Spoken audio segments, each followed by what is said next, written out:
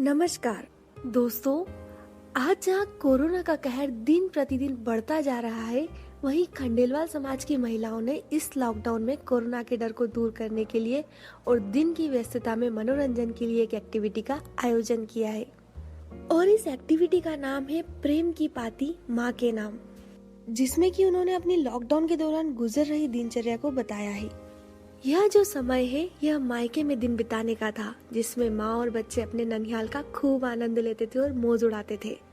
परंतु उनका यह समय घर में अति व्यस्त हो गया है, जिसमें सबसे अहम है सारे कार्य स्वयं के द्वारा करना, जिसे आज महिला एक माँ, एक पत्नी, एक बहू के रूप में बखूबी निभा रही है। साथ ही साथ इसमें शामिल होती है बच्चों की बहुत सारी फरमाइशें, घर के सारे काम और बड़ों का ख्याल। इस बढ़ते वर्कलोड में बिना किसी शिकायत के वह अपनी जिम्मेदारी निभाती चली जा रही है और लिखती है एक खत अपनी माँ को। तो चलिए आइए पढ़ते हैं अब कुछ खत। रुचिका जी लिखती है, प्रिय मम्मी, आप कैसी हो? जय श्री कृष्णा। मैं जानती हूँ इस कोरोना वायरस महामारी के कारण जो लॉकडाउन हुआ है, उस कारण मैं मायके नहीं आ पा रही हूँ, परंतु देश के हित के लिए और स्वयं के हित के लिए यह जरूरी भी है।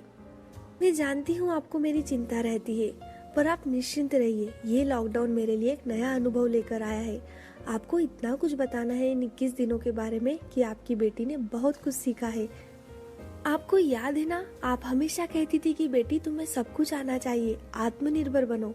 इस लॉकडाउन में जहाँ हर घर के कार्य अपनी मैड या नौकर पर हम निर्भर रहते थे, वह सब काम अब हम अपने हाथों से कर रहे हैं। ये लिखती है, रोज एक नई सुबह मानकर योग प्राणायाम से अपने दिन की शुरुआत करती हूँ। आप हमेशा शिकायत करती थी ना कि तू बहुत देर से उठती है, यह कोई अच्छी आदत नहीं है, लेकिन अब मैं उठकर सारे कार्य जल्दी जल्दी किचन में रोज एक प्रयोग करती हूँ।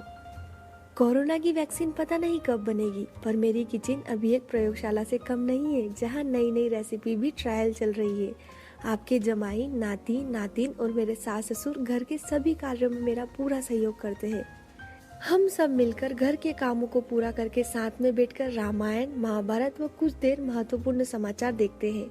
वह शाम को छत पर जाकर पड़ोसी की छत पर चले जाते हैं और हम सब साथ में मिलकर हनुमान चालीसा का पाठ करते हैं।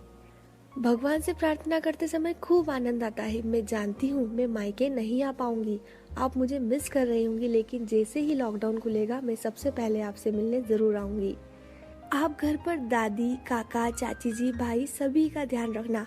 आपसे तो मैंने हमेशा से ही बहुत कुछ सीखा है, पर आज मुझे ये बताते हुए आपको बहुत खुशी हो रही है कि इस लॉकडाउन ने भी आपकी बेटी को बहुत कुछ सिखा दिया है। घर की दुनिया भी कितनी सुंदर होती है, इसका यह एहसास हो गया है। और हाँ मम्मी, मैंने भी ऑनलाइन पढ़ाना शुरू कर दिया है। मैंने वीडियो भी बनाए हैं जो मैं आपको भी भेजूंगी, जिससे मेरे स्टूडेंट का नुकसान न हो। मैंने यह पहल की है।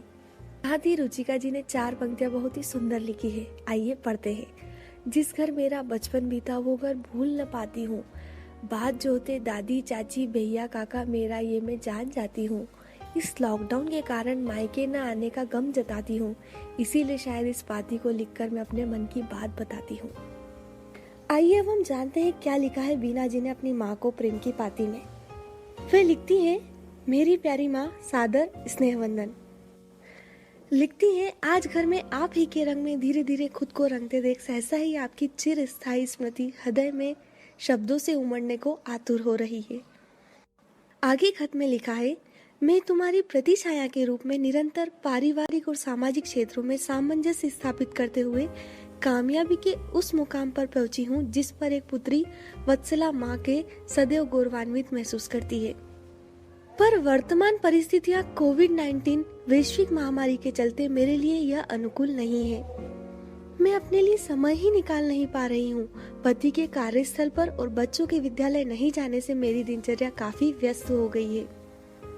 जहाँ बच्चों को समय के सदुपयोग हेतु पूरा दिन अनुशासन का पाठ पढ़ाना अब अनिवार्य हो गया है, वहीं अब घर पर ही उनकी शिक्षा और गृह कार्य का भी भार मुझ पर आन पड़ा है। साथ ही परिवारजन की रोग प्रतिरोधक क्षमता बढ़ाने हेतु भी मैं प्रयासरत रहती हूँ। वहीं तालाबंदी के चलते घर की सफाई और स्वच्छता का भी मुझे विशेष ध्यान रखना होता है। पूरा दिन मानो मशीन की भांति लगे रहती हूँ। फिर बीच बीच में बाल सुलभ चंचलता, चपलता और मनोहार के मध्य लगता है स्वयं का समय कहीं धूमिल हो गया है। हर बार तो ये छुट्टियां मायके में माँ के हाथ की थाली, ममता भरी गोद और ममत्व के आलिंगन में बीतती थी। और लिखा है, मायके के वे बीते पल वर्ष भर नव ऊर्जा का संचार करने वाले, थकान और चिंता को मिटाने वाले और आनंददायी होते थे। प्रतिपल आपके साथ बिताई यादों को हृदय में स्पंदित करती हूँ। आपकी प्यारी बेटी वीना। आइए अब पढ़ते हैं निशा जी की प्रेम की पाती। वे लिखती है, आदरणीय मम्मी, सादर प्रणाम। कुशल रहते हुए कुशलता की कामना। आशा है आप सभी इस कठिन समय में घर पर ही रहते हुए अपना ख्याल रख रहे होंगे। इस समय सभी के घर पर होने की वजह से काम का बोझ भी काफी बढ़ गया होगा। व्यस्तता अधिक होने की वजह से मैं भी आपको फोन नहीं कर पा रही। काम वाली बाई के ना आने के कारण सारा काम मुझे ही करना होता है। जो घर के सदस्य कहते रहते थे कि तुम दिन भर करती ही क्या हो, वह आज मेरी अहमियत घर में रहते हुए देख रहे हैं। आज मेरी थकान को देखते हुए सभी काम में मेरा हाथ बटाते हैं। आपकी जमाई तथा नाती और नातिन तीनों घर पर रहते हुए खाने की नई नई फरमाइशें करते रहते हैं। पर हाँ, आपके सिखाए हुए पाक कला व मोबाइल की मदद से सभी कुछ बनाना काफी आसान हो गया है। परंतु हाँ, इस वर्ष मायके न आने का मन में मलाल रहेगा, क्योंकि गर्मी का मौसम आते ही मन मायके की गली और बाबुल के आंगन की ओर जाने को आतुर रहता है। पर आशावादी रहते हुए हमें इस कोरोना रूपी असुर से संग्राम के बाद विजय होकर मिलना होगा। भैया और भाभी भी घर से ही ऑफिस का काम कर रहे होंगे। मेरी प्यारी भतीजी का भी आप ख्याल रखना। अंत में निशा जी ने 2 पंक्तियां लिखी है, बड़ी ही सुंदर लिखी है। आइए जानते हैं। कहाँ तक ये अंधेरे मन को चलेंगे, ये उदासी के बादल हटकर हम फिर मिलेंगे।